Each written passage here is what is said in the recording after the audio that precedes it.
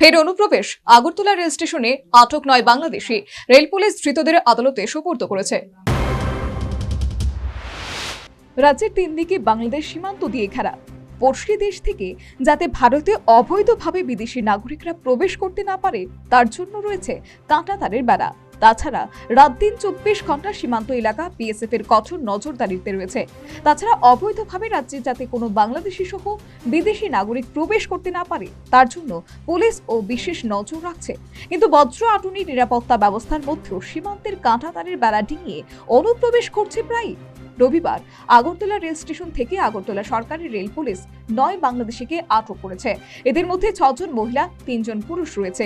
GRP থানার OC Tapas Das জানিয়েছেন, ধৃতরা Agartala rail station থেকে ভারতের বিভিন্ন জায়গায় পাড়ি দেওয়ার মতলবে ছিল।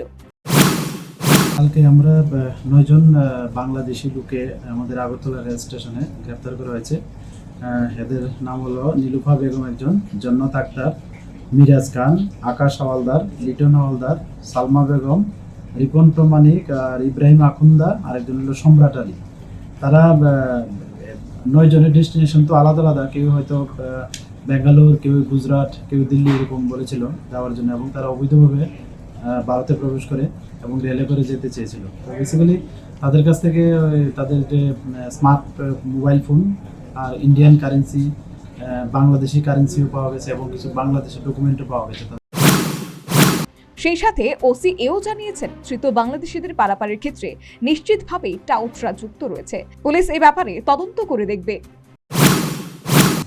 এটা তাদের ইন্টারোগেশন চলছে, নিশ্চয়ই কেউ না কেউ এদের সঙ্গে যুক্ত আছে এবং আমরা অবশ্যই যারা এগুলোর সঙ্গে যুক্ত আছে আমরা তাদেরকে ফাইন্ড আউট করে আইনের আওতায় আনবো। অবশ্যই তাদেরকে আজকে আদালতে পাঠানো হবে? হ্যাঁ, আজকে মামলা আদালতে প্রেরণ করা হবে।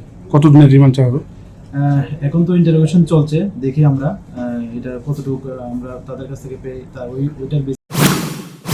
সচেতন মহলের প্রশ্ন, ভারত বাংলাদেশ সীমান্তে কাঁটাতারের বেড়া তো রয়েছে, সেই সাথে রয়েছে বিএসএফ এর কঠোর নজরদারি। তারপরও কিভাবে সীমান্ত ডিঙিয়ে অনুপ্রবেশ করছে, যা রীতিমতো দেশের নিরাপত্তার পক্ষে হুমকি। Bureau report, news vanguard.